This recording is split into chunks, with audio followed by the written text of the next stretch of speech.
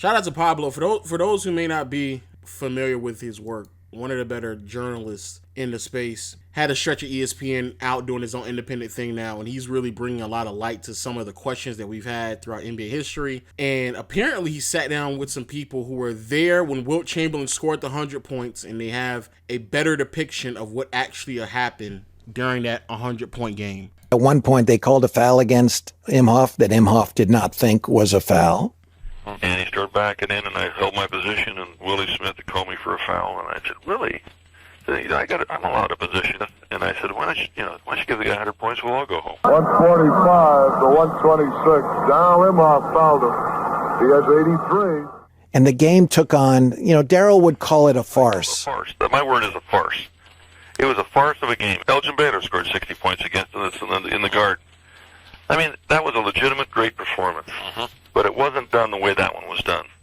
And that's what makes that a farce. I don't see it as one of the great games ever, and I think the 100-point game is totally out of context. This is where I need to observe that everybody who's been trying to undermine Wilt's record by asking if it really happened has been asking the wrong question.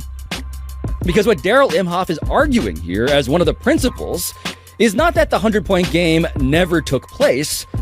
What Daryl is arguing is that compared to other great performances, Wilt's 100 was abnormal and ultimately illegitimate, to the point of being, quote, a farce.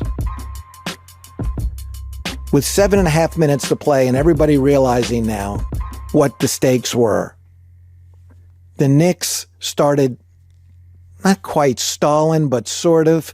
Couple extra passes, then they start running a weave down court, taking the ball in 94 feet from the basket. The Warriors start committing fouls of the Knicks to get the ball back quicker, to get the ball to Wilt. And cross-court to Butcher as they eat up as much time as they can. Butcher to the circle and fouled by Rogers. Warriors figured the only way to combat the New York Storm was to come out and foul the backcourt men themselves. Nah, I can't take Wilt Chamberlain serious no more. I can't take Wilt Chamberlain serious no more. You're telling me they were purposely fouling to get the ball back in this man's hand? That's the thing that blows me away. Yeah, I saw that too, Mars, where Wilt would block his own teammates' shots. He would grab their shots out of the air and tip it in so the points would count for him. I can't take Wilt Chamberlain serious anymore. Because I will say this. When I watch Giannis play, I always kind of think to myself, I ain't gonna lie, if we didn't have video footage of Giannis, there would be a bunch of people saying that he didn't exist. Like a bunch of people. Like a lot of people would be like, y'all lying. And so because of that alone, I tend to believe a little bit more of what Wilt did or didn't do.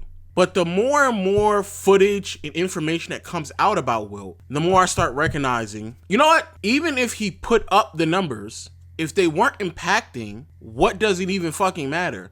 Because I do believe, for example, if LeBron really wanted to, for a great example, he could have averaged a triple-double. So could have Jason Kidd. So could have Magic Johnson. But they decided not to because they believe that there are better ways for them to impact the game beyond just racking up a bunch of assists. I think that Kobe, MJ, James Harden, Allen Iverson, if they really wanted to, they probably could average 40. But there was other things that were at stake instead of them just putting up enough shots to get to 40 points. So when it comes to the Wilt thing, I start to recognize a lot of things that would stop people from scoring these points. Wilt just had no shame to just go out and do it. To the point in which, again, like Mars said, and I've seen it, and if somebody has the video in chat, I'll show it on the screen. Wilt would literally block his own teammate's shot, grab the ball out of the air, and tip it in himself so it would count for 2 points for him. That is ridiculous. And now we're learning that the 100-point game did happen, but they did things that we will all believe is stat padding to get to the 100 points. And what's even worse, the thing that really, really bothers me is that there is this belief that only players in today's game, they only care about numbers and stat padding, and that's only in today's game.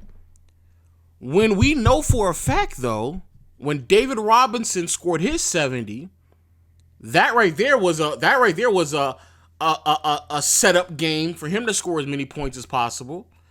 And now we're learning the same thing about Wilt Chamberlain. So this idea that they only do it in today's league, no, this is just a common theme throughout NBA history. If you don't have any shame or competitive integrity, this is what's going to happen. And they see the Warriors fouling and the Knicks stalling, they're going to think the Knicks are ahead by 20, not the Warriors. Whether or not it became a farce is a serious question. When the structure of the game breaks down and the team that's 20 points behind is stalling, something's weird. There's a moment, just in terms of recreating when people began to realize we're witnessing something that we'll be talking about forever. There's the moment where Bill Campbell, the play-by-play guy on the radio broadcast, says, "What a night. Work this night down." Chamberlain on the line. Foul shot up in the air. He has 84. 146 to 126. If you know anybody not listening, call them up. Little history you're sitting in on tonight. Rebound Luckenbill. Back to Ruckwick. Into Chamberlain. He made it! He made it! He made it! The most amazing scoring performance of all time. 100 points for the Big Dipper. For those who want to know, this is the clip right here.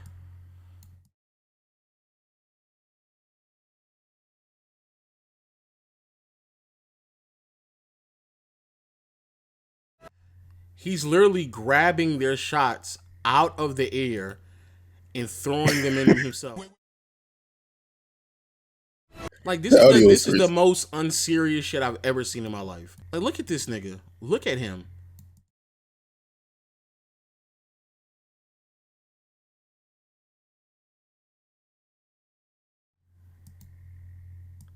Like, what are we doing? And so I always find it like so odd that like there's these like new people who exist in the space who are trying to be like purists of the sport. And this is not like me knocking them, but at some point, as you are trying to preserve history, which I think is very admirable. So I don't want to make it seem as if like what they're doing is like, oh, like these niggas is lames. But I do like question, like at some point, like, are you going to be serious about what you're watching? Like at some point, you got to be real about what you're watching. If you really did your due diligence, you did your homework, and you start seeing Wilt Chamberlain doing that, from that moment on, you didn't really start questioning what else niggas was doing at that point in time. You didn't do your due diligence to figure that out. Like niggas is talking about how many he racked up so many different blocks and how many points he scored. And then it all resulted in like mid offenses. You didn't really ask yourself like, how is that possible? How is that possible? How is it possible? He didn't have good enough teammates. How do you know that? If his teammates are shooting a shot and this nigga is literally tipping the ball out of the air as they're shooting the shot so he can get the ball and score 2 points, how the fuck do you know if his teams are good or not?